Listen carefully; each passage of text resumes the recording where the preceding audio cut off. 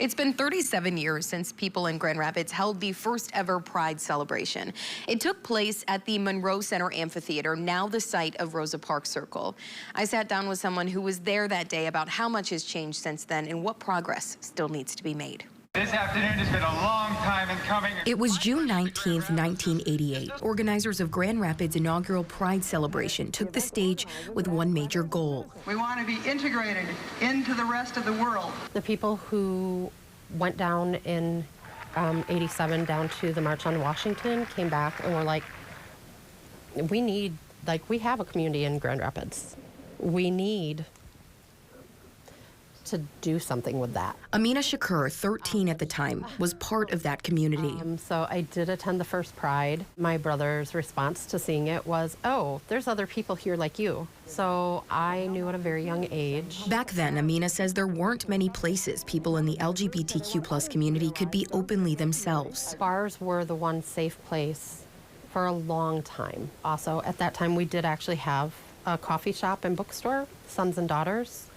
And I really, really loved Sons and Daughters because it was a safe place for younger teens too, who couldn't yet go to the bar. But I was in the bars the day I turned 18 because that was where you found all the people like you. A lot has changed since then, but there are still many challenges. We do have a lot of alcohol abuse and substance use in our community, in part because if the bar is the only place that you can be who you are or meet other people, you're going to drink. That's far from the only thing disproportionately impacting this community. Staff at the Grand Rapids Pride Center see it every day. We are facing a housing crisis here in West Michigan, so we service a very large portion of unhoused people, which impacts the 2S LGBTQ+ community at higher rates than it does the rest of the community. Ali Robison leads the center's therapy assistance program, but the nonprofit offers countless other resources like food and basic needs,